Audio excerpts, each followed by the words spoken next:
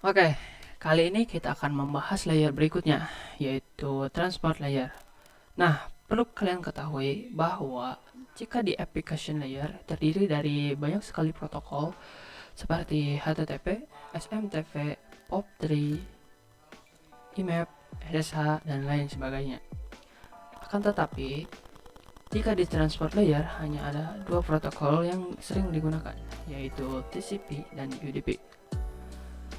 Dan fungsi dari transport layer adalah menyajikan atau memberikan service ke application layer. Nah, salah satu service yang disediakan oleh transport layer khususnya pada TCP itu adalah error recovery mechanism. Berikut contoh ilustrasinya.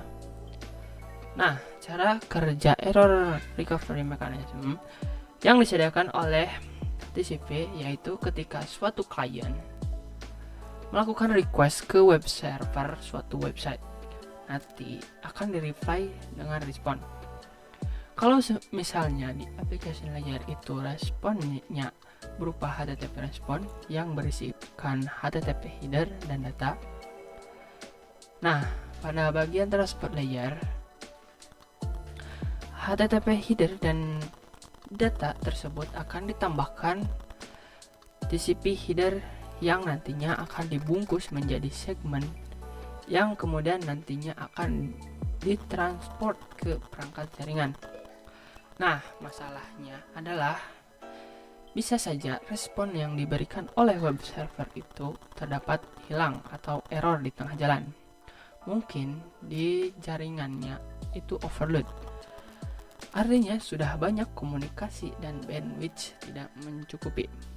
Jika terjadi kejadian seperti ini, maka nanti klien akan melakukan request lagi dan nantinya web server akan mengirimkan ulang untuk paket yang hilang tadi untuk memastikan data terkirim dengan baik. Oke. Di sini ada perbedaan UDP dan TCP.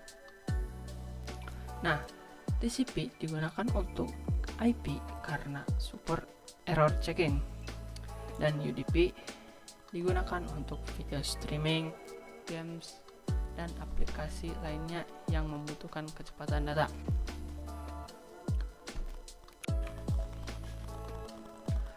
Oke, selanjutnya kita akan membahas layer selanjutnya, yaitu network layer. Untuk network layer itu hanya ada satu contoh, yaitu IP. IP merupakan nama dari perangkat komputasi pada jaringan komputer yang berguna untuk bisa berkomunikasi antara satu perangkat dengan perangkat lainnya. IP itu menyediakan dua fitur yang sangat penting, yaitu addressing dan routing. Untuk sekarang, IP menyediakan dua versi yang dapat digunakan, yaitu IP versi 4 dan versi 6. Selanjutnya, kita akan membahas tentang addressing dan routing. Jadi, kalau yang addressing itu bahwa IP itu sendiri, yaitu memberikan nama pada komputer di jaringan komputer. Selanjutnya yaitu routing. Routing salah satu fitur yang disediakan pada IP di bagian network layer. Routing bekerja layaknya kantor pos, mencari router tercepat untuk sampai tujuan. Kalau pada jaringan komputer, kantor pos yang tersedia itu diibaratkan router.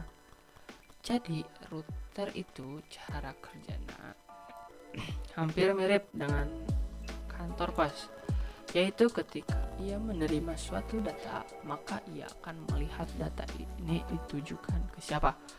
Kemudian router akan menentukan jalur terbaik untuk mencapai tujuan.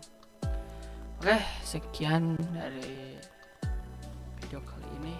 Selanjutnya kita akan membahas data link dan physical layer.